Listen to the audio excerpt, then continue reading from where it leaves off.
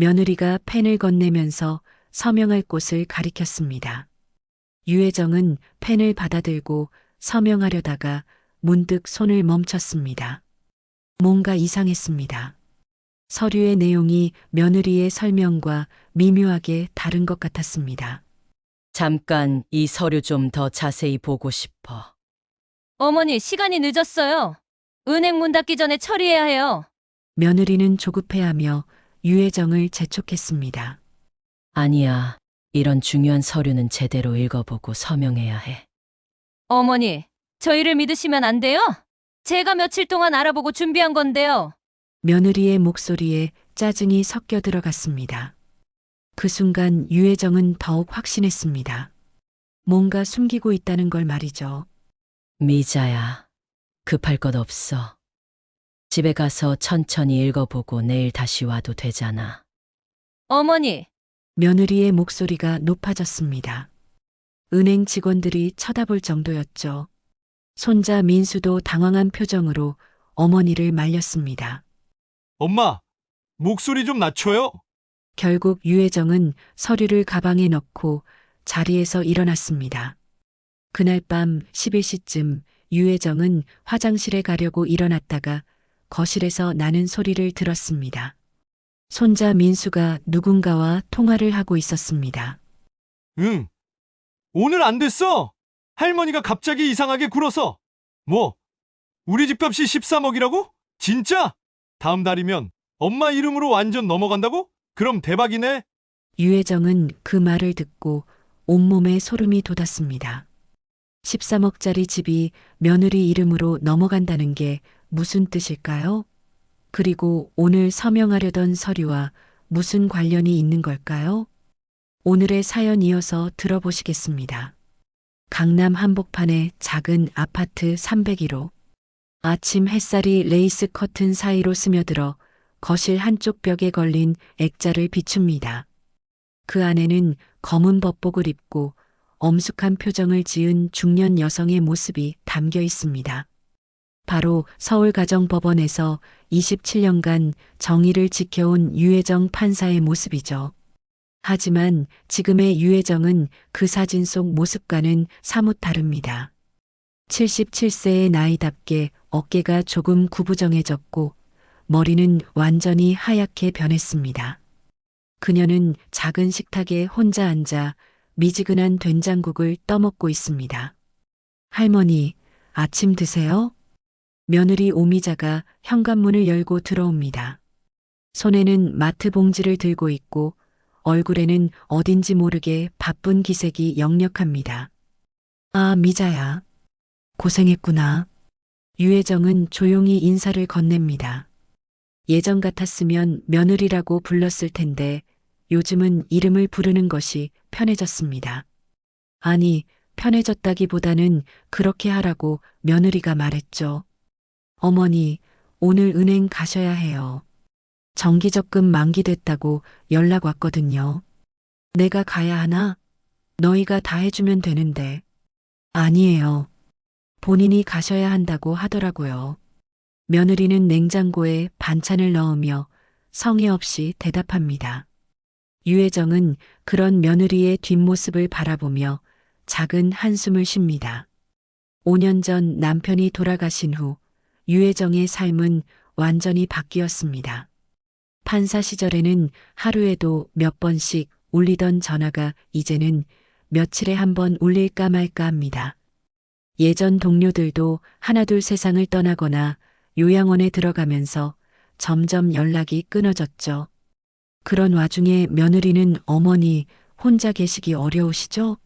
라며 집안일을 하나씩 맡아 처리했습니다. 처음에는 고마웠습니다. 은행 업무며 관리사무소와의 연락 등 복잡한 일들을 대신 해주니까요. 하지만 언제부터인가 유혜정은 자신의 일에 대해 의견을 말할 기회가 점점 줄어든다는 걸 느꼈습니다. 어머니, 아파트명의 손자 이름으로 바꿔놓을게요. 상속세 때문에 미리 해두는 게 좋대요. 이런 서류는 저희가 다 알아서 할게요. 어머니는 그냥 편히 계세요. 처음에는 며느리의 배려라고 생각했습니다. 하지만 시간이 지나면서 유혜정은 자신이 점점 의견 없는 노인이 되어가고 있다는 걸 깨달았습니다. 오후 2시 유혜정은 며느리와 함께 은행에 도착했습니다. 신한은행 압구정점. 판사 시절에는 VIP 대우를 받던 곳이었죠. 하지만 지금은 그저 평범한 할머니 중 한 명일 뿐입니다. 안녕하세요, 고객님. 정기적금 만기 처리하러 오셨나요? 젊은 여직원이 공손하게 인사를 건넵니다. 유혜정은 그 존댓말에 조금 놀랐습니다. 요즘은 어디를 가도 반말로 대하는 사람들이 많았거든요. 네, 그렇습니다. 신분증 확인 좀 해주시겠어요? 유혜정이 지갑에서 주민등록증을 꺼내는 순간 그 안에 있던 낡은 카드 하나가 바닥에 떨어졌습니다. 직원이 재빨리 주워서 건네줍니다. 이것도 드세요. 직원은 그 카드를 보고 잠시 눈을 크게 뜹니다. 서울가정법원 판사 신분증이었거든요. 비록 은퇴한 지 오래됐지만 여전히 위험 있는 모습이 담겨 있었습니다. 혹시 판사님이셨나요? 아, 예. 오래전 일이지만요. 유혜정은 부끄러운 듯 웃으며 카드를 받아들입니다. 그 순간 직원의 태도가 확연히 달라졌습니다. 아, 그러셨군요. 정말 존경합니다. 제가 법학과 졸업했는데 가정법원 판사님들 정말 대단하시다고 생각해요. 고맙습니다. 유혜정은 진심으로 고마워했습니다. 이런 대접을 받은 것이 얼마만인지 모르겠거든요. 집으로 돌아가는 길, 유혜정은 며느리에게 말했습니다. 오늘 은행 직원이 나를 알아보더라. 판사 시절엔 누구 하나 고개 못 들었는데. 그러자 며느리가 씁쓸하게 웃으며 대답합니다. 어머니, 그건 옛날 얘기죠. 이제는 그냥 편히 사시는 게 좋아요. 유혜정은 더 이상 말하지 않았습니다. 하지만 마음 한편에는 이상한 감정이 자리 잡았습니다. 그 감정이 무엇인지는 아직 명확하지 않았지만 분명히 무언가 달라지고 있다는 걸 느꼈습니다. 그날 밤 유혜정은 오랜만에 옛날 사진들을 꺼내봤습니다. 법복을 입고 찍은 사진들, 동료 판사들과의 기념사진들. 그 속에서 자신은 당당하고 확신에 찬 모습이었습니다. 그때는 정말 살아있었구나. 유혜정은 중얼거리며 사진을 다시 정리했습니다. 하지만 그 순간부터 그녀의 마음속에는 작은 변화가 시작되고 있었습니다. 그 사건이 일어난 것은 일주일 후였습니다. 유혜정이 평소처럼 아침 식사를 하고 있을 때 며느리 오미자가 아들 민수와 함께 집에 들어왔습니다. 어머니, 오늘 은행 한 번 더 가셔야 해요. 또 무슨 일이야? 상속세 관련해서 처리할 게 있다고 하더라고요. 복잡한 거라서 저희가 같이 가드릴게요. 유혜정은 고개를 끄덕였습니다. 상속세는 워낙 복잡한 문제라서 며느리가 알아서 해주는 게 고마웠거든요. 하지만 손자 민수의 표정이 어딘지 어색해 보였습니다. 민수야, 얼굴이 왜 그래? 어디 아프니? 아니에요, 할머니. 그냥 좀 피곤해서요. 민수는 23살의 대학생입니다. 경영학과 3학년인데 요즘 취업 준비로 바쁘다고 했습니다. 하지만 오늘따라 평소보다 훨씬 긴장한 기색이 역력했죠. 오후 3시 세 사람은 다시 신한은행 압구정점에 도착했습니다. 이번에는 지난번과 다른 직원이 응대했습니다. 중년 남성 과장이었는데 매우 친절하게 맞아주었습니다. 안녕하세요. 오늘은 어떤 업무로 오셨나요? 며느리가 먼저 나서서 설명했습니다. 저희 어머니 명의로 된 부동산 관련 업무인데요. 상속세 절약을 위해서 미리 정리하려고 합니다. 아, 그러시군요. 어떤 서류를 준비해 오셨나요? 며느리는 가방에서 여러 장의 서류를 꺼냈습니다. 그 중에서 가장 두꺼운 서류 뭉치를 과장에게 건네면서 말했습니다. 이 서류들인데 어머니가 서명만 하시면 됩니다. 유혜정은 서류를 받아들고 천천히 읽기 시작했습니다. 하지만 글씨가 작고 전문 용어가 많아서 이해하기 어려웠습니다. 판사 시절에도 부동산 관련 법률은 전문 분야가 아니었거든요. 이게 정확히 무슨 내용이지? 어머니, 그냥 형식적인 거예요. 신탁 해지하고 전세 보증금 반환받는 대리 위임장이에요. 며느리의 설명을 듣고 유혜정은 다시 서류를 살펴봤습니다. 그런데 뭔가 이상했습니다. 신탁 해지라고 했는데 자신이 언제 신탁을 설정했는지 기억이 나지 않았거든요. 미자야, 내가 언제 신탁을 했지? 아, 그건 작년에 세무사가 절세 목적으로 해놓은 거라고 했잖아요. 유혜정은 기억을 더듬어 봤지만 여전히 명확하지 않았습니다. 하지만 며느리가 그렇게 말하니까 자신의 기억력이 흐려진 것 같아서 더 이상 묻지 않았습니다. 그럼 어디에 서명하면 되지? 여기요, 어머니.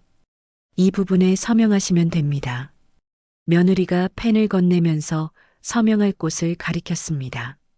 유혜정은 펜을 받아들고 서명하려다가 문득 손을 멈췄습니다. 뭔가 이상했습니다. 판사 시절에 기른 직감 같은 것이 경고음을 울리고 있었거든요.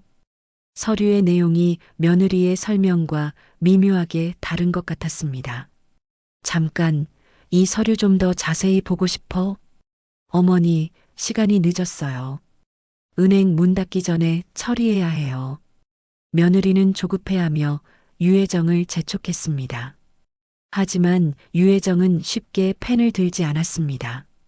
아니야, 이런 중요한 서류는 제대로 읽어보고 서명해야 해. 어머니, 저희를 믿으시면 안 돼요? 제가 며칠 동안 알아보고 준비한 건데요. 며느리의 목소리에 짜증이 섞여 들어갔습니다. 그 순간 유혜정은 더욱 확신했습니다. 뭔가 숨기고 있다는 걸 말이죠. 미자야, 급할 것 없어. 집에 가서 천천히 읽어보고 내일 다시 와도 되잖아. 어머니, 며느리의 목소리가 높아졌습니다. 은행 직원들이 쳐다볼 정도였죠. 손자 민수도 당황한 표정으로 어머니를 말렸습니다. 엄마, 목소리 좀 낮춰요. 민수야, 내가 뭘 알아? 어른들 일에 끼어들지 마. 결국 유혜정은 서류를 가방에 넣고 자리에서 일어났습니다. 오늘은 여기서 끝내자. 집에서 차근차근 읽어보고 내일 다시 올게. 며느리는 불만스러운 표정이었지만 더 이상 우길 수는 없었습니다. 은행 직원들도 지켜보고 있었거든요. 집으로 돌아가는 택시 안에서 세 사람은 말이 없었습니다. 유혜정은 창밖을 바라보며 생각에 잠겼습니다. 며느리와 손자의 행동이 평소와 달랐거든요. 그날 밤 11시쯤 유혜정은 화장실에 가려고 일어났다가 거실에서 나는 소리를 들었습니다. 손자 민수가 누군가와 통화를 하고 있었습니다. 응, 오늘 안 됐어. 할머니가 갑자기 이상하게 굴어서. 뭐, 우리 집값이 13억이라고? 진짜? 다음 달이면 엄마 이름으로 완전 넘어간다고? 그럼 대박이네. 유혜정은 그 말을 듣고 온몸에 소름이 돋았습니다. 13억짜리 집이 며느리 이름으로 넘어간다는 게 무슨 뜻일까요? 그리고 오늘 서명하려던 서류와 무슨 관련이 있는 걸까요? 할머니는 몰라도 돼. 그냥 서명만 받으면 끝이야. 어차피 나중에 알아도 소용없고. 유혜정은 더 이상 듣지 않고 조용히 방으로 돌아갔습니다. 하지만 잠을 이룰 수 없었습니다. 판사 시절에 봤던 수많은 가족 사기 사건들이 떠올랐거든요. 설마 우리 가족이 나를 속이고 있는 건 아니겠지? 하지만 손자의 통화 내용이 너무 생생했습니다. 그리고 오늘 며느리의 조급해하는 모습도 이상했고요. 새벽 3시 유혜정은 침대에서 일어나 옷장을 열었습니다. 그 안 깊숙한 곳에는 오래된 붉은색 서류 가방이 있었습니다. 판사 시절에 사용하던 가방이었죠. 가방을 열자 익숙한 냄새가 났습니다. 오래된 서류 냄새, 그리고 정의를 지키던 시절의 냄새 말이죠. 새벽 4시, 유혜정은 붉은색 서류 가방을 식탁 위에 올려놓고 천천히 열었습니다. 가방 안에서 가장 먼저 눈에 띈 것은 은퇴 당시 받은 판사 신분증이었습니다. 비록 효력은 없지만 여전히 서울가정법원의 도장이 선명하게 찍혀 있었죠. 그 옆에는 두꺼운 노트 한 권이 있었습니다. 상속법 관련 자문 노트라고 표지에 적혀 있었습니다. 판사 시절 마지막 해에 가족법 전문가들과 함께 정리한 자료들이었죠.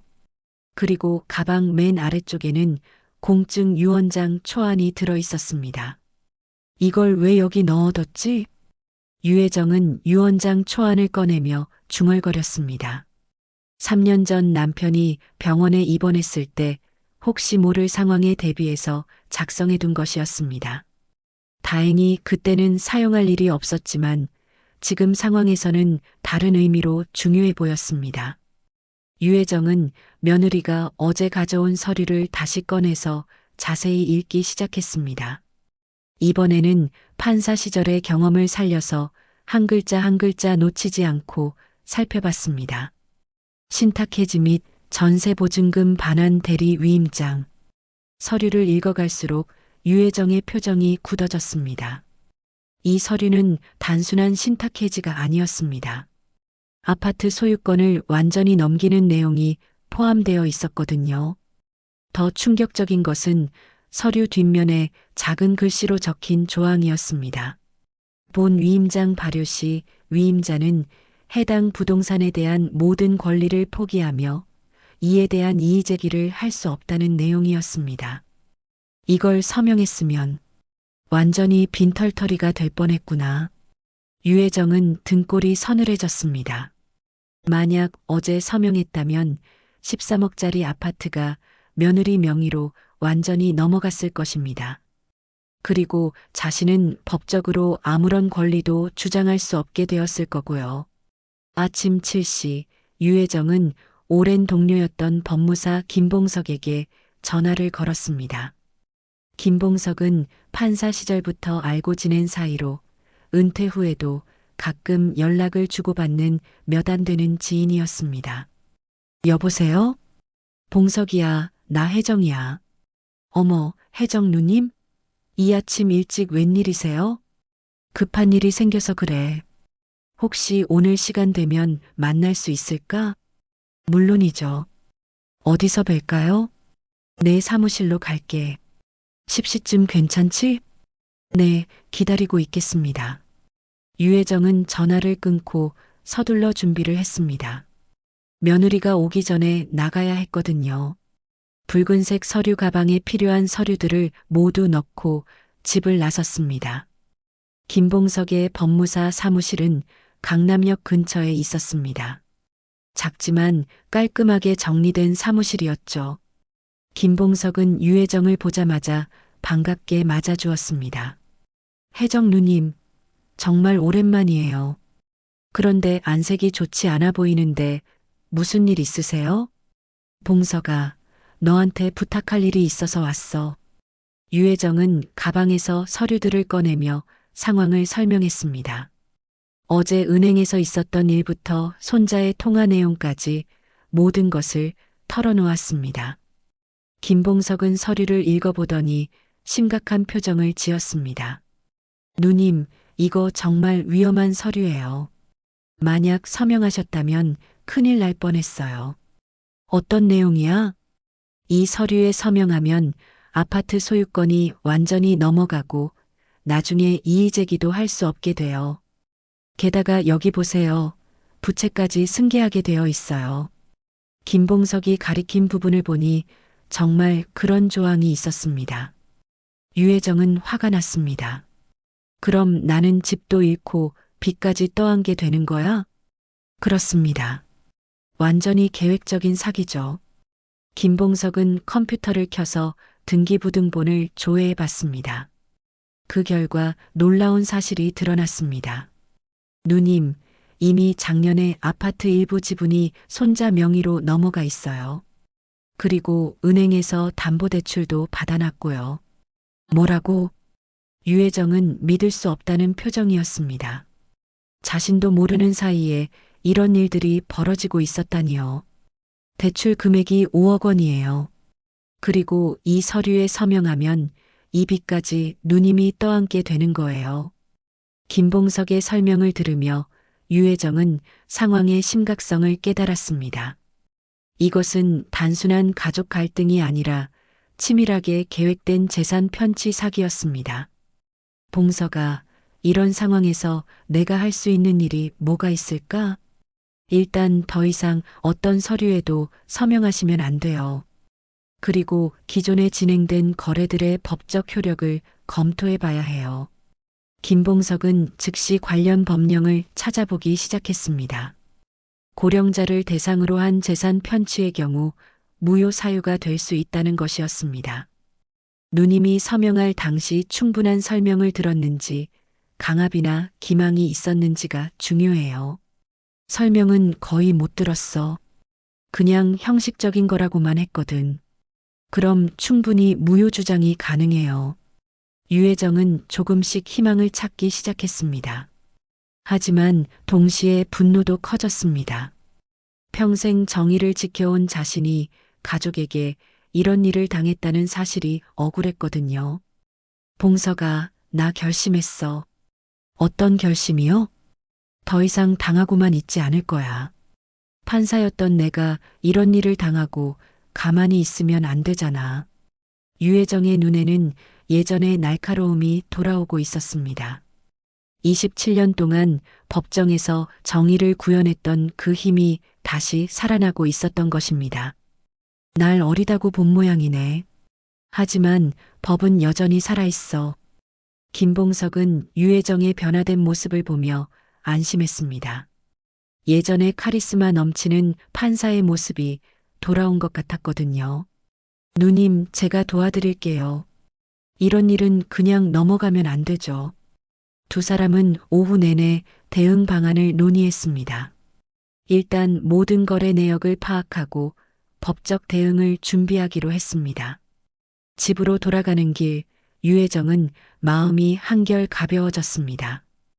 혼자가 아니라는 사실, 그리고 아직 늦지 않았다는 사실이 힘이 되었거든요. 그날 오후 3시 강남의 한 고급 카페에서 며느리 오미자는 친구들과 만나 수다를 떨고 있었습니다. 카페 한켠에 자리 잡은 4명의 중년 여성들은 각자의 가정사를 늘어놓으며 시간을 보내고 있었죠. 미자야, 요즘 시어머니는 어떻게 지내셨어? 친구 중 한 명이 물어봤습니다. 오미자는 커피를 한 모금 마시며 대답했습니다. 우리 어머님? 그냥 이름만 있고 실질적으로는 우리가 다 해요. 이제는 서명만 받으면 모든 일이 끝나거든요. 어머, 그렇게 순순히 따라주세요? 처음에는 좀 까다로우셨는데 나이 드시니까 점점 말씀도 안 하시고 판사 출신이라고 하시는데 이제는 그냥 평범한 할머니죠. 오미자의 말에 친구들이 부러워하는 기색을 보였습니다. 시어머니 문제로 고생하는 며느리들이 많았거든요. 부럽다 정말. 우리 시어머니는 아직도 집안일에 이것저것 간섭하시는데 미자 씨는 정말 운이 좋으시네요. 오미자는 속으로 웃었습니다. 친구들이 알면 더 부러워할 일이 있었거든요.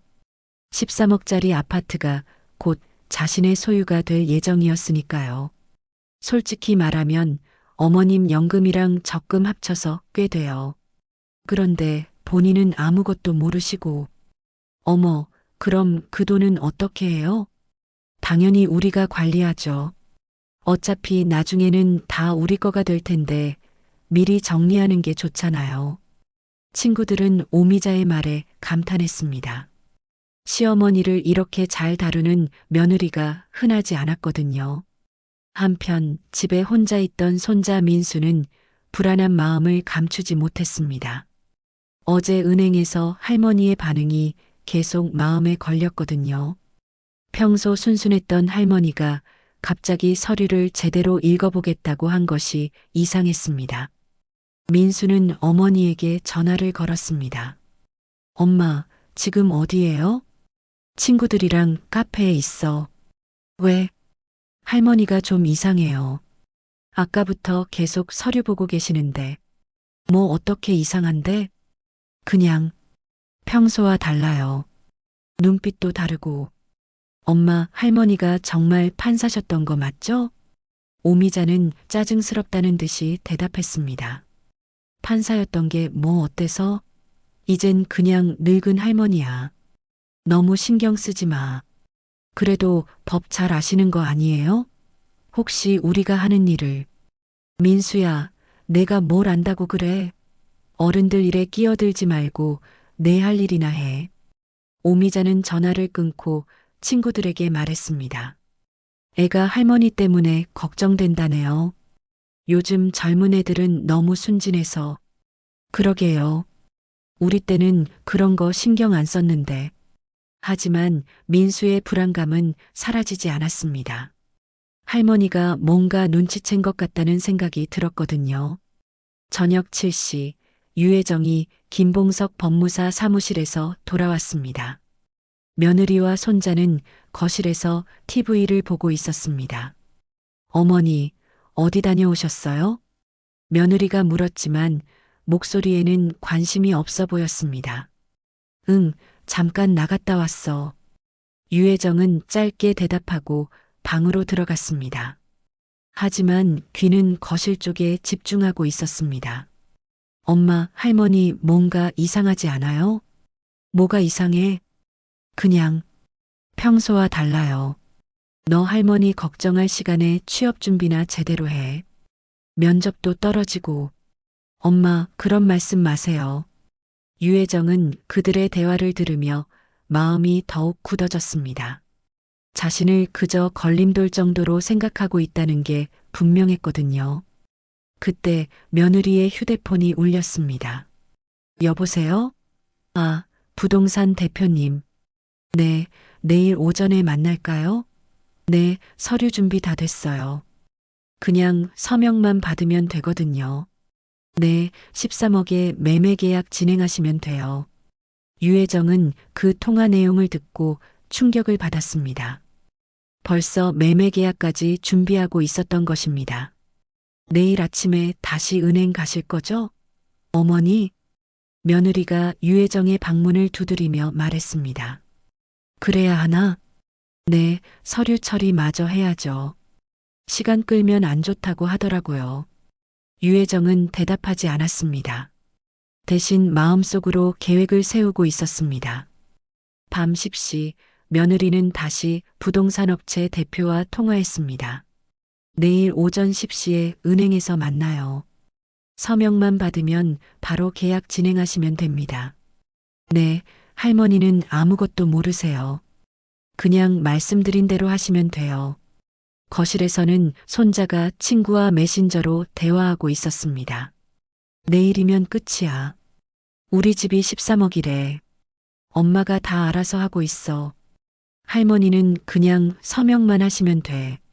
와, 대박이네. 그럼 너희 집 완전 부자 되는 거야? 응, 엄마 말로는 할머니 명의로 있으면 세금만 더 나간다고 해. 그래서 우리 명의로 바꾸는 거래. 유혜정은 이 모든 대화를 들으며 분노를 참았습니다. 하지만 동시에 내일의 계획을 구체적으로 세우고 있었습니다. 새벽 1시 집안이 조용해진 후 유혜정은 조용히 서재로 나가서 김봉석에게 문자를 보냈습니다. 봉석아, 내일 오전 10시에 신한은행 압구정점으로 와줄 수 있어? 중요한 일이 있어. 곧 답장이 왔습니다. 네, 알겠습니다. 필요한 서류들 다 준비해 갈게요. 유혜정은 미소 지었습니다. 27년간 법정에서 정의를 구현했던 그 경험이 이제 자신을 지키는데 사용될 때가 온 것입니다. 내일 보자, 미자야. 누가 더 잘 아는지 확인해 보자. 유혜정은 중얼거리며 방으로 돌아갔습니다. 마지막 준비를 해야 했거든요. 다음 날 아침 9시 30분 신한은행 압구정점 앞에는 세 무리의 사람들이 각각 다른 목적을 가지고 모여들고 있었습니다. 첫 번째는 며느리 오미자와 손자 민수였습니다. 오미자는 평소보다 일찍 일어나서 화장을 진하게 하고 정장을 차려입었습니다. 오늘이 모든 것이 마무리되는 날이라고 생각했거든요. 민수야, 오늘만 잘하면 우리 인생이 완전히 바뀌는 거야. 엄마, 정말 괜찮을까요? 할머니가 눈치채신 것 같은데. 걱정하지 마. 할머니는 나이 드셔서 기억력도 안 좋으시고 복잡한 건 이해 못 하셔. 두 번째는 부동산 업체 대표 박상철이었습니다. 그는 서류 가방을 들고 은행 앞에서 대기하고 있었습니다. 13억짜리 매매 계약이 성사되면 상당한 수수료를 받을 수 있었거든요. 오미자 씨, 안녕하세요. 아, 대표님. 일찍 오셨네요. 오늘 중요한 날이잖아요. 서류는 다 준비하셨죠? 물론이죠. 할머니만 서명하시면 바로 진행할 수 있어요. 세 번째는 유혜정이었습니다. 그녀는 평소와 달리 단정한 검은색 정장을 입고 붉은색 서류 가방을 들고 있었습니다. 그 모습은 마치 법정에 출두하는 판사 같았죠. 오전 10시 정각, 네 사람은 은행 안으로 들어갔습니다. 창구 직원은 어제와 같은 남성 과장이었습니다. 안녕하세요. 어제 오셨던 분들이시죠? 오늘은 서류 처리하러 오셨나요? 며느리가 먼저 나서서 말했습니다. 네, 어제 못 마친 일 처리하러 왔어요. 이분은 부동산 대표님이시고요. 박상철 대표가 명함을 건네며 인사했습니다. 안녕하세요. 매매 관련해서 도움드리려고 왔습니다. 은행 직원은 고개를 끄덕이며 서류를 준비했습니다. 하지만 유혜정은 여전히 조용히 앉아 있을 뿐이었습니다. 할머니, 어제 못한 서명 마저 하시면 돼요. 며느리가 유혜정에게 펜을 건네며 말했습니다. 하지만 유혜정은 펜을 받지 않았습니다. 할머니? 손자 민수가 걱정스럽게 할머니를 불렀습니다. 그런데 유혜정은 여전히 고개를 숙인 채 가만히 앉아 있었습니다. 어머니, 무슨 일이세요? 아프신가요? 며느리의 목소리에 짜증이 섞여 들어가기 시작했습니다. 시간이 지체되면 곤란했거든요. 할머니, 여기요. 사인만 하시면 돼요. 며느리가 다시 한번 펜을 건네며 재촉했습니다. 은행 직원과 부동산 대표도 상황을 지켜보고 있었습니다. 그 순간 유혜정이 조용히 고개를 들었습니다. 그리고 자신의 가방을 열기 시작했습니다. 할머니, 뭐 하세요? 며느리가 당황하며 물었습니다. 하지만 유혜정은 대답하지 않고 가방에서 무언가를 꺼냈습니다. 그것은 서울가정법원 판사 신분증이었습니다. 은행 직원의 눈이 커졌습니다. 부동산 대표도 놀란 표정을 지었습니다. 며느리와 손자는 얼어붙었습니다. 유혜정은 신분증을 테이블 위에 조용히 올려놓고 말했습니다. 이 사인은 사기 공모로 보입니다. 은행 안이 순간 정적에 빠졌습니다. 다른 고객들도 이쪽을 쳐다보기 시작했습니다. 할머니, 무슨 말씀이세요? 며느리가 당황하며 물었습니다. 하지만 유혜정은 차분하게 계속 말했습니다. 이 자리에서 서명하면 공증 위조 및 부당이득이 성립되겠지요. 은행 직원이 급히 상부에 보고하기 시작했습니다. 이런 상황은 처음 겪어보는 일이었거든요. 과장님, 잠깐만요. 고객 중에 판사 출신 분이 계신데 사기라고 하시는데요. 부동산 대표 박상철이 급히 자리에서 일어났습니다. 저는 먼저 가보겠습니다. 연락 주세요. 그는 서류 가방을 들고 급히 은행을 나갔습니다. 뭔가 상황이 복잡해질 것 같다는 직감이 들었거든요. 며느리 오미자는 얼굴이 새하얗게 질렸습니다. 어머니, 지금 뭐 하시는 거예요? 사람들이 다 쳐다보잖아요. 미자야, 난 27년 동안 이런 사건들을 수도 없이 봤어. 유혜정의 목소리는 평소와 달리 단호했습니다. 판사 시절의 카리스마가 되살아나고 있었습니다. 고령자를 대상으로 한 재산 편취, 허위 서류 작성, 그리고 가족을 이용한 사기. 모든 것이 전형적인 패턴이야. 은행 직원이 지점장을 불러왔습니다. 지점장은 상황을 파악하더니 조심스럽게 말했습니다. 판사님, 구체적으로 어떤 문제가 있는지 설명해 주시겠습니까? 유혜정은 가방에서 또 다른 서류를 꺼냈습니다.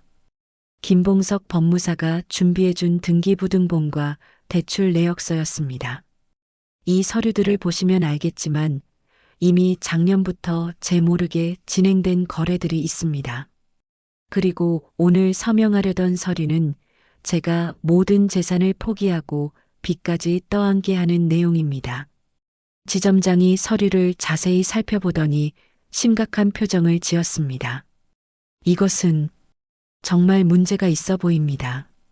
그때 은행 입구로 김봉석 법무사가 들어왔습니다. 유혜정이 어제 부탁한 대로 온 것이었습니다. 혜정 누님, 제가 왔습니다. 김봉석의 등장에 며느리는 더욱 당황했습니다. 저분은 누구세요? 김봉석 법무사님이야. 내 오랜 동료지. 김봉석은 상황을 파악하고 지점장에게 설명했습니다. 안녕하세요. 이 사건은 명백한 고령자 재산 편취 시도입니다. 이미 관련 기관에 신고할 준비를 마쳤습니다. 며느리 오미자는 이제 완전히 절망적인 표정이 되었습니다. 모든 계획이 무너지고 있었거든요. 어머니, 제발. 우리 가족인데 왜 이러세요? 유혜정은 며느리를 바라보며 차분하게 말했습니다. 가족이라고? 가족이 이런 일을 하나? 손자 민수는 공포에 질린 표정으로 어머니의 팔을 잡았습니다. 엄마, 우리 집에 가요. 제발. 하지만 이미 늦었습니다. 은행에서는 경찰서에 신고하기로 결정했고 김봉석은 모든 증거 자료를 정리하고 있었습니다. 유혜정은 조용히 일어서며 마지막으로 말했습니다. 27년 동안 법정에서 정의를 지켜왔는데 내 가정에서 부정의를 당할 수는 없어. 은행을 나서며 유혜정은 마음이 복잡했습니다. 가족과의 관계는 끝났지만 자신의 존엄성은 지켜낸 것 같았거든요. 은행에서 나온 유혜정은 김봉석과 함께 근처 조용한 찻집으로 향했습니다. 오늘 일어난 일들이 아직도 믿어지지 않았거든요.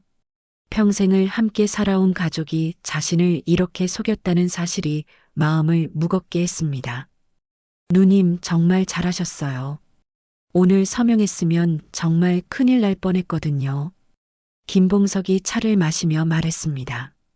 하지만 유혜정의 표정은 밝지 않았습니다. 봉석아, 그런데 이제 어떻게 살아야 할까? 가족이랑은 완전히 끝난 것 같은데. 누님, 너무 자책하지 마세요. 잘못한 건 누님이 아니라 그 사람들이에요. 유혜정은 찻잔을 들고 창밖을 바라봤습니다.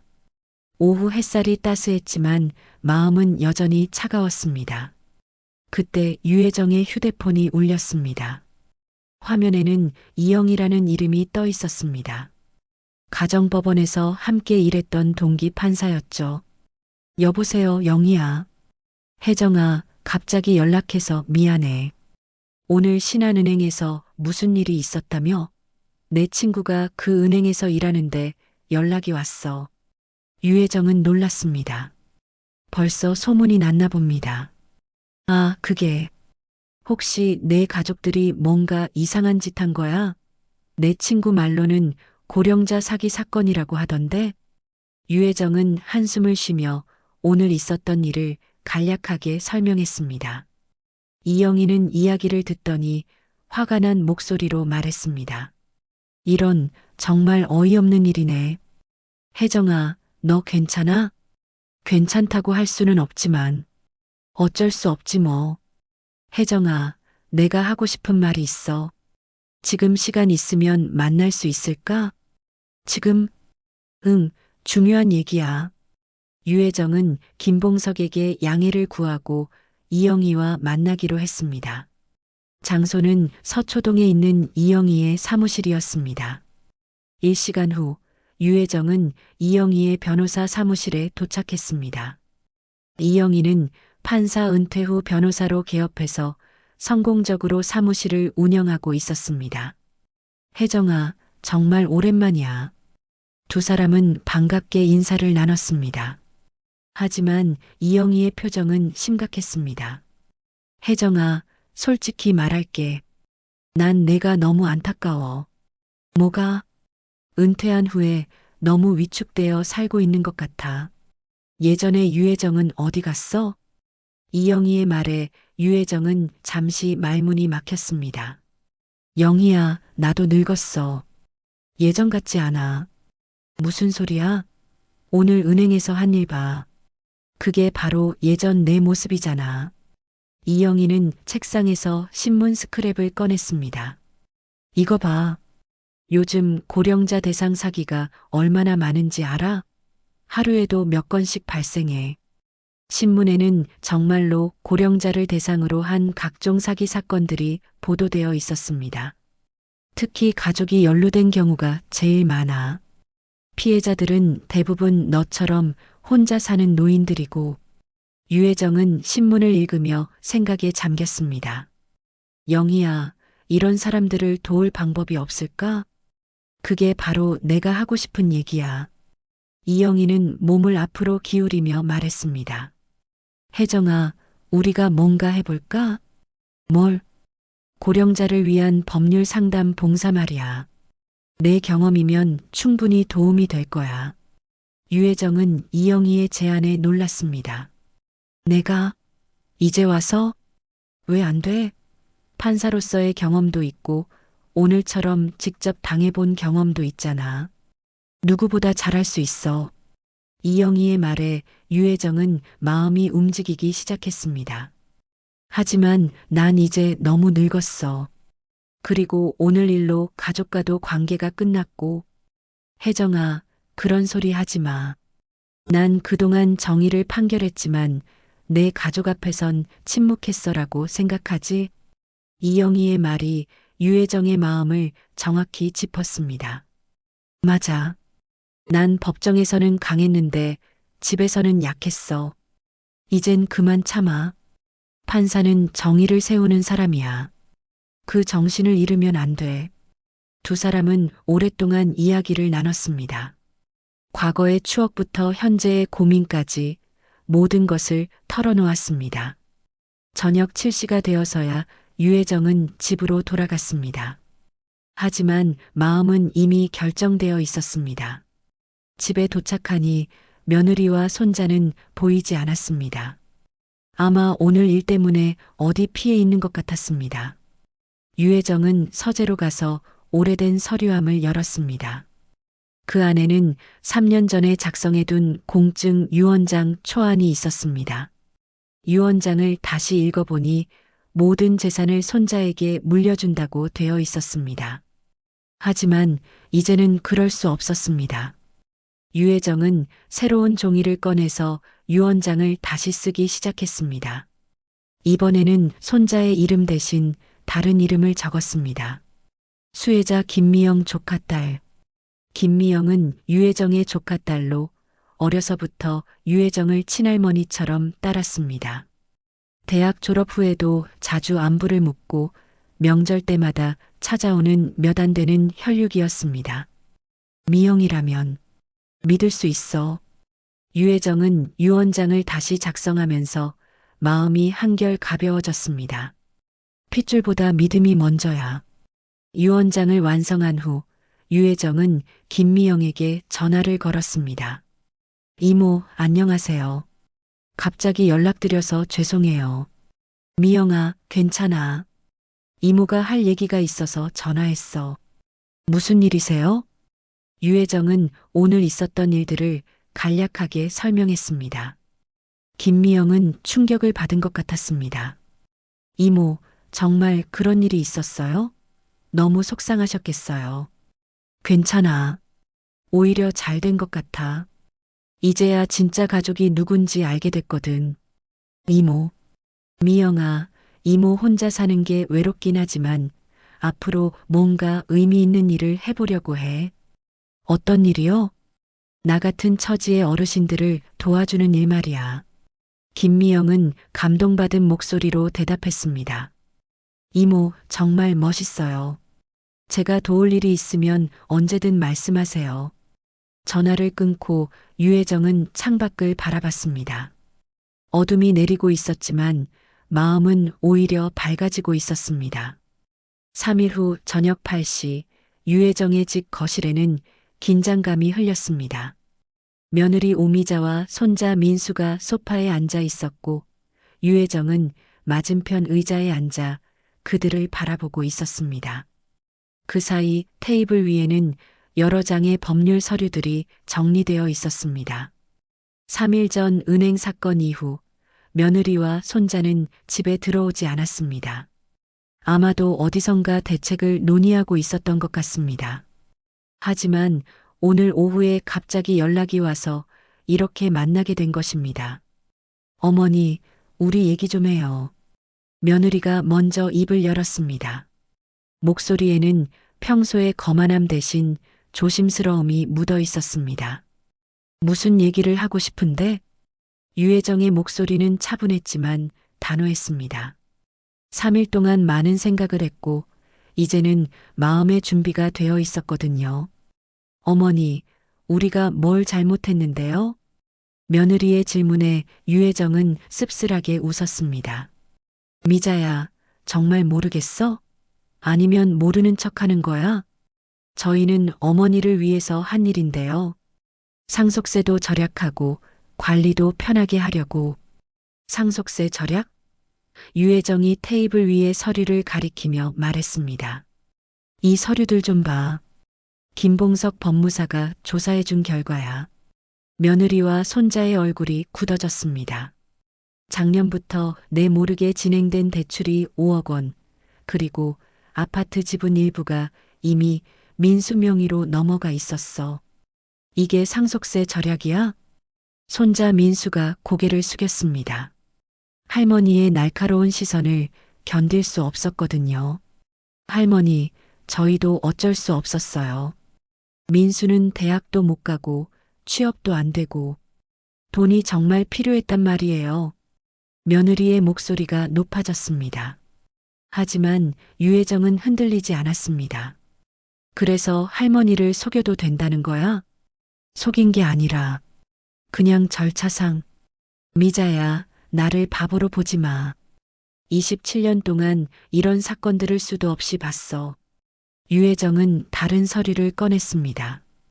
그것은 며느리가 부동산 업체와 주고받은 문자 메시지 내역이었습니다. 이것도 봐. 할머니는 아무것도 모르니까 그냥 서명만 받으면 됩니다라고 했지. 이게 나를 위한 일이야? 며느리는 말문이 막혔습니다. 어떻게 그 문자 내역까지 알게 되었는지 이해할 수 없었거든요. 김봉석 법무사가 조사한 거야. 부동산 업체에서 협조해줬고 손자 민수가 떨리는 목소리로 말했습니다. 할머니, 저희 정말 죄송해요. 처음엔 그럴 생각이 아니었는데. 민수야, 내가 3일 전에 친구한테 한 말 기억나? 할머니는 몰라도 돼. 그냥 서명만 받으면 끝이야 라고 했지? 민수의 얼굴이 새하얗게 변했습니다. 할머니가 그 대화까지 들었다는 걸 이제야 깨달았거든요. 할머니, 그건 민수야, 내가 할머니를 그렇게 생각했구나. 그냥 이용할 대상으로 말이야. 유혜정의 목소리에는 슬픔이 묻어 있었습니다. 손자에 대한 실망감이 컸거든요. 며느리가 급히 변명했습니다. 어머니, 민수는 아직 어려서 그래요. 잘못 생각한 거예요. 어려서? 23살이 어려서? 유혜정은 고개를 저었습니다. 미자야, 이제 그만하자. 더 이상 변명은 듣고 싶지 않아. 유혜정은 테이블 위에서 가장 두꺼운 서류 뭉치를 꺼냈습니다. 이게 뭔지 아니? 며느리와 손자가 서류를 바라봤지만 대답하지 못했습니다. 고소장이야. 사기죄, 문서 위조죄, 그리고 고령자 학대죄로 고발할 수 있는 완벽한 증거들이 다 들어있어. 두 사람의 얼굴이 공포에 질렸습니다. 어머니, 설마 정말 고소하실 건 아니죠? 왜 안 하겠어? 가족이라고 해서 죄가 없어지는 건 아니야. 유혜정은 고소장을 천천히 넘기며 말했습니다. 미성년자를 앞세워 사기를 치는 건 도둑보다 더 나쁜 일이란다. 며느리가 무릎을 꿇으며 애원했습니다. 어머니, 제발. 저희가 잘못했어요. 다시는 그런 일 안 할게요. 미자야, 이미 늦었어. 하지만 유혜정은 고소장을 다시 테이블 위에 내려놓았습니다. 그런데 마지막으로 기회를 한 번 주겠어. 두 사람의 눈에 희망이 번졌습니다. 어떤 기회요? 이 자리에서 모든 걸 포기하고 나가면 고소는 하지 않겠다. 모든 걸 포기한다는 게 아파트에 대한 권리, 내 통장 관리, 모든 것을 원상복구하고 완전히 손을 떼라는 거야. 며느리가 당황했습니다. 그럼 저희는 어떻게 살아요? 그건 너희들이 알아서 할 일이야. 나는 더 이상 너희 인생에 관여하지 않을 테니까. 유혜정은 마지막 통첩을 날렸습니다. 하지만 다시 접근하면 그땐 법으로 끝까지 간다. 어떤 정도 받을지 감이 와? 며느리와 손자는 서로를 바라봤습니다. 선택의 여지가 없었습니다. 어머니, 정말 우리를 용서 못 하시는 거예요? 용서는 회개하는 사람에게 하는 거야. 너희는 지금까지도 잘못했다고 생각하지 않잖아. 긴 침묵이 흘렸습니다. 결국 며느리가 입을 열었습니다. 알겠어요. 저희가 나가겠어요. 현명한 선택이야. 유혜정은 마지막으로 말했습니다. 미자야, 민수야. 마지막으로 한 가지만 기억해. 가족이라는 이름으로 남을 속이는 건 세상에서 가장 비겁한 일이야. 30분 후 며느리와 손자는 짐을 싸서 집을 떠났습니다. 유혜정은 창가에 서서 그들이 택시에 타는 모습을 지켜봤습니다. 택시가 사라진 후 유혜정은 깊이 숨을 쉬었습니다. 마음이 복잡했지만 동시에 후련하기도 했습니다. 이제야 내 삶을 지키는 기분이 드는구나. 유혜정은 중얼거리며 거실로 돌아왔습니다. 텅 빈 집이었지만 이상하게 마음은 평안했습니다. 밤 11시 유혜정은 조카딸 김미영에게 문자를 보냈습니다. 미영아, 모든 일이 정리됐어. 이제 새로운 시작이야. 곧 답장이 왔습니다. 이모, 정말 고생 많으셨어요. 내일 뵈러 갈게요. 유혜정은 휴대폰을 내려놓고 창밖을 바라봤습니다. 내일부터는 정말 새로운 삶이 시작될 것 같았습니다. 한 달 후 유혜정의 일상은 완전히 달라져 있었습니다. 며느리와 손자가 떠난 후 처음에는 적적했지만 이제는 오히려 자유로움을 만끽하고 있었습니다. 아침 7시 유혜정은 평소보다 일찍 일어나 창문을 활짝 열었습니다. 신선한 공기가 방 안으로 들어오면서 커튼이 살랑거렸습니다. 이제야 내 삶을 지키는 기분이 드는구나. 그녀는 깊숙이 숨을 들이마시며 중얼거렸습니다. 예전에는 매일 아침 며느리의 눈치를 봐야 했지만 이제는 누구의 간섭도 받지 않고 자신만의 시간을 가질 수 있었습니다. 식탁에 앉아 혼자 아침을 먹으면서도 마음은 외롭지 않았습니다. 오히려 평화로웠죠. 신문을 읽다가 고령자 관련 기사가 나오면 예전보다 훨씬 관심을 갖고 읽게 되었습니다. 오전 9시 유혜정은 외출 준비를 했습니다. 오늘은 특별한 일정이 있었거든요. 마포구에 있는 한마을 도서관에서 노인 상속 법률 상담 자원봉사를 시작하는 날이었습니다. 이영애 판사의 제안으로 시작된 일이었지만 이제는 유혜정 자신이 가장 보람을 느끼는 일이 되었습니다. 일주일에 2번, 화요일과 목요일 오전에 도서관을 찾아가서 어르신들의 법률 상담을 해드리는 것이었습니다. 마포구 도서관에 도착하니 벌써 몇 명의 어르신들이 기다리고 있었습니다. 유혜정을 보자 모두들 반갑게 인사를 건넸습니다. 판사님, 안녕하세요. 선생님, 오늘도 와주셔서 고마워요. 유혜정은 어르신들의 인사를 받으며 마음이 따뜻해졌습니다. 이런 대접을 받은 지가 정말 오래되었거든요. 상담실에 자리를 잡고 첫 번째 상담자를 맞았습니다. 70대 초반의 할머니였는데 얼굴에 걱정이 가득했습니다. 판사님, 저희 아들이 제 통장을 가져가서 돈을 뺐어요. 어떻게 해야 할까요? 유혜정은 할머니의 이야기를 차근차근 들어보았습니다. 자신이 겪었던 일과 비슷한 상황이었습니다. 할머니, 일단 통장 거래 내역부터 확인해 보세요. 그리고 이런 서류들을 준비하시면 됩니다. 유혜정은 친절하게 설명해 드리며 필요한 서류 목록을 적어 주었습니다. 할머니는 정말 고마워하며 인사를 했습니다. 판사님 덕분에 희망이 생겼어요. 정말 감사합니다. 두 번째 상담자는 80대 할아버지였습니다.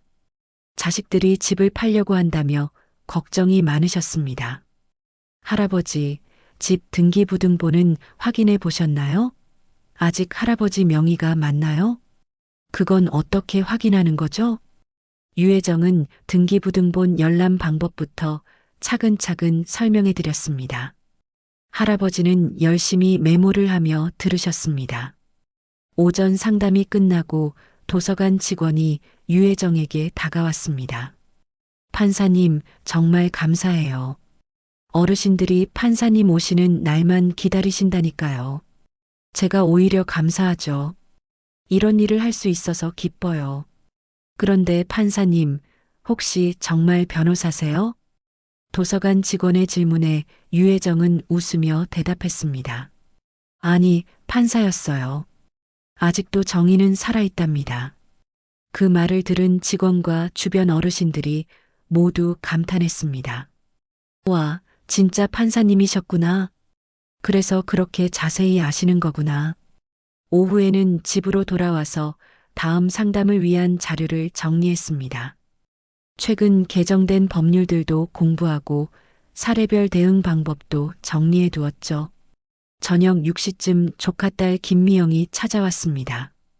요즘 일주일에 한두 번씩 안부를 물러오는 것이 일상이 되었습니다.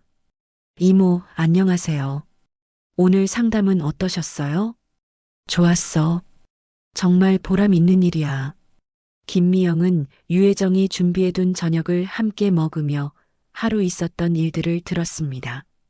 이모, 정말 멋있어요. 이런 일을 하시다니. 미영아, 이모가 이제야 진짜 살아있다는 기분이야. 어떤 기분이요?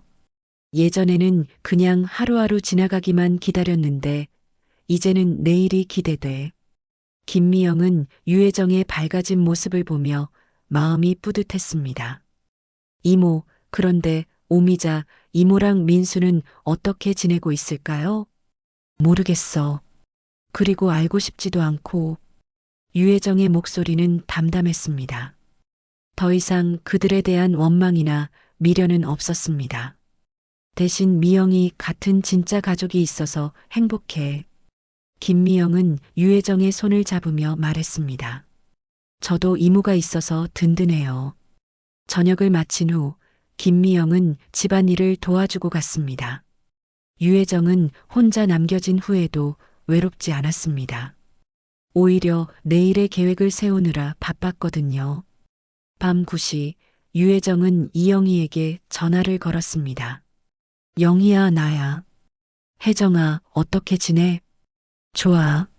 정말 좋아. 내 덕분에 새로운 인생을 살고 있어. 그럼 다행이야. 상담 봉사는 어때? 정말 보람 있어. 내일도 어르신 3분이 오신다고 하더라. 혜정아, 내가 그렇게 활발하게 활동하는 모습 보니까 내가 다 뿌듯해. 두 사람은 오랫동안 통화하며 서로의 근황을 나눴습니다. 전화를 끊고 유혜정은 침실로 향했습니다. 옷장을 열고 내일 입을 옷을 준비하면서 거울 속 자신의 모습을 바라봤습니다. 77세의 나이에도 불구하고 눈빛이 생생했습니다. 한 달 전에 지친 모습과는 완전히 달랐죠. 이제야 진짜 유혜정으로 살고 있구나. 잠자리에 들기 전 유혜정은 내일의 일정을 확인했습니다. 오전에는 도서관 상담, 오후에는 새로운 법률 자료 공부, 저녁에는 김미영과 함께 영화 보기로 했습니다. 평범해 보이지만 알찬 하루였습니다. 무엇보다 자신이 누군가에게 도움이 되고 있다는 사실이 가장 큰 보람이었습니다. 침대에 누워서 유혜정은 천장을 바라보며 생각했습니다. 27년 동안 법정에서 정의를 지켰고, 이제는 현실에서 정의를 실천하고 있구나. 그녀의 얼굴에는 평안한 미소가 번졌습니다. 어려움도 있었지만 결국 자신만의 길을 찾아낸 것입니다. 새벽이 되어서야 유혜정은 깊은 잠에 빠져들었습니다. 그녀의 꿈속에는 내일 만날 어르신들과 함께 웃고 있는 자신의 모습이 있었습니다. 정의는 법정에서만 구현되는 것이 아니었습니다. 일상 속에서도 작은 도움 속에서도 살아 숨쉬고 있었던 것입니다. 오늘의 사연 어떠셨나요? 구독과 좋아요는 더 유익한 사연을 이어갈 힘이 됩니다. 끝까지 함께 해주셔서 감사합니다.